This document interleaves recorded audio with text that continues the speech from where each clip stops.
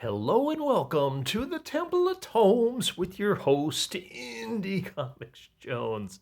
Today is April 17th, 2021, and this is episode 274. Chariot is the comic we'll be reviewing today. This is issue 2 of 5 from Awa Upshot.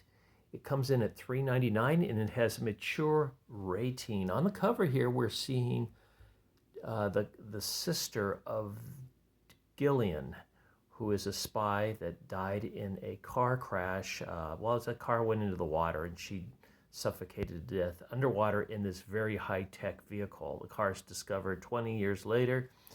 This cover here with her sister on here, who I guess is also a spy, but perhaps working for the other side. It hasn't really been made clear as yet. I'm just assuming that's the case. Once she found out the car was activated, she got hooked up to this machine that would regenerate her body, make it more youthful once again. Okay, let's get the credits out of the way. Like I said, this is issue 2 of 5. Brian Edward Hill is the writer.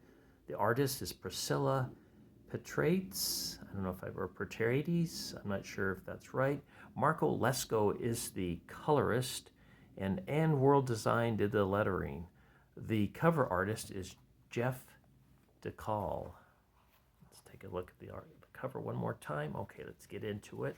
We start off where an assistant, and I'm not sure if this is a man or a woman, I'm assuming it's a man, is just got taken to helicopter to the secret lair somewhere out in Southeast Asia, and he's all excited because the car has been activated. So he tells this older woman here, and I'm not sure, maybe it's been 40 years, 40 years since this car's been missing. And so he tells her that prepare the machine. She says, so my sister lives, prepare the machine. She doesn't know her sister has actually become a part of the car. It has been absorbed by the car since it's a high-tech thing. It's kind of like a kit car in a way, I guess, but much more brutal than kit car ever was. So she goes through this whole big laboratory where she gets hooked to these things that regenerates her skin. Her assistant's afraid that it might be too much for her because of her age, but it not only regenerates her, but it looks like it makes her boobs bigger too. So all in all, it worked out pretty well.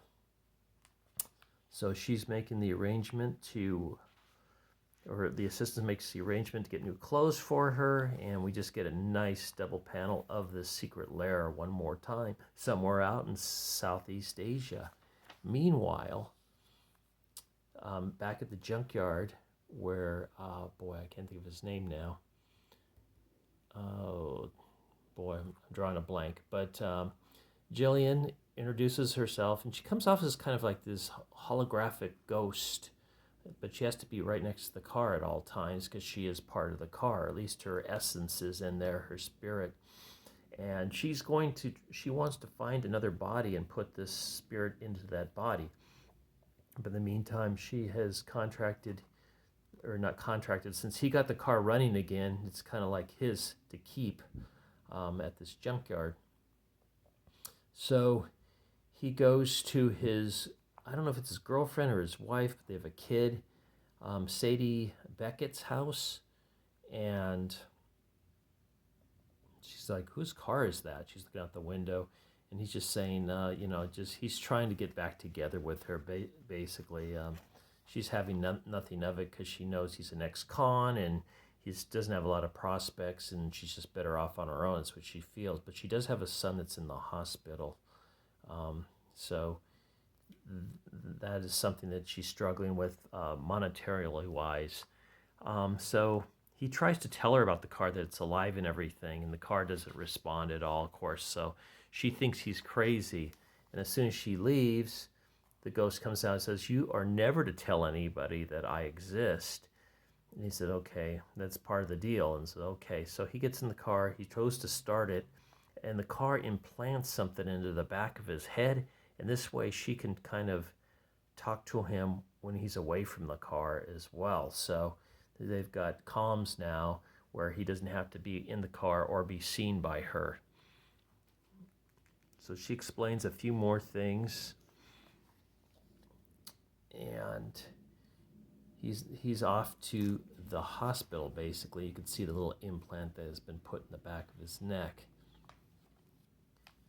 So his wife or girlfriend, I'm not sure which, goes to the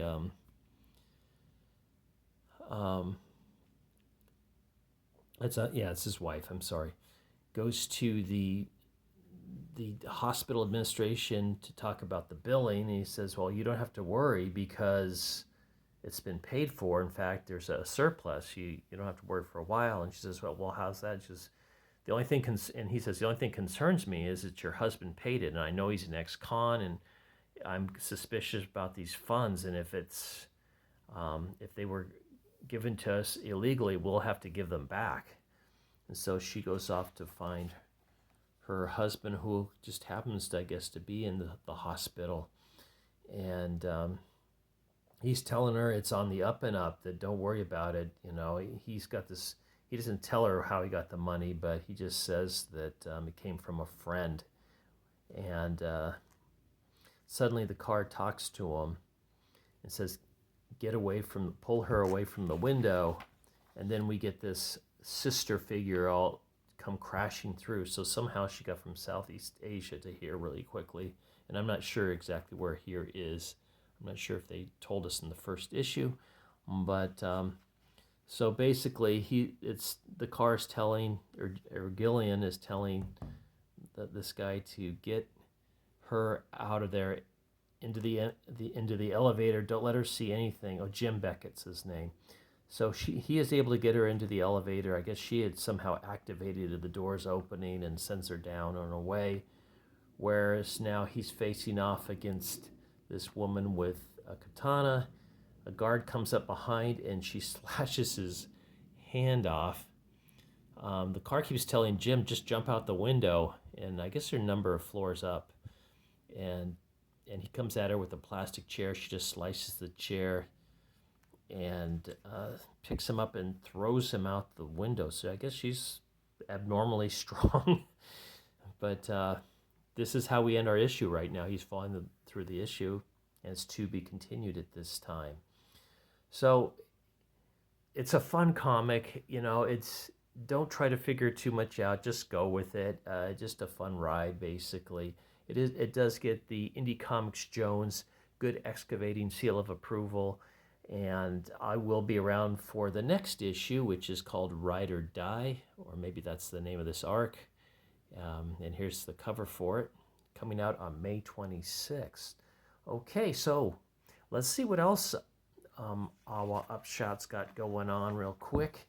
Man's World, which we are reviewing on this channel. The fourth issue is coming out on the 21st. This is a recommend. Casual Fling, issue 4 comes out sale May 26th. I have not been reading that, so it says safe is never sex, or sex is never safe. Sorry, I got that backwards. And then a letter from the editor, and then this new comic coming out May 5th, Marjorie Finnegan, Temporal Criminal. I guess she's a time traveler. 8-issue series. Time is on her side. And then just kind of a roundup of some of the other Awa Upshot comics that are out there coming from Awa Studios. Resistance, I understand that's pretty good. I think I did review the very, very first issue of that and gave it a recommend way back when, but I haven't continued with it. So, there you go. Chariot does get the Indie Comics Jones good excavating seal of approval. The only place that you can get this seal is from my channel. So it is a recommend. I think there's other reviewers have enjoyed this book as well. So thanks for stopping by and listening to my review. As always, please like, please subscribe, please leave comments, and we'll see you next time at the Temple of Tomes. Once again, this is Indie Comics Jones bidding you adieu.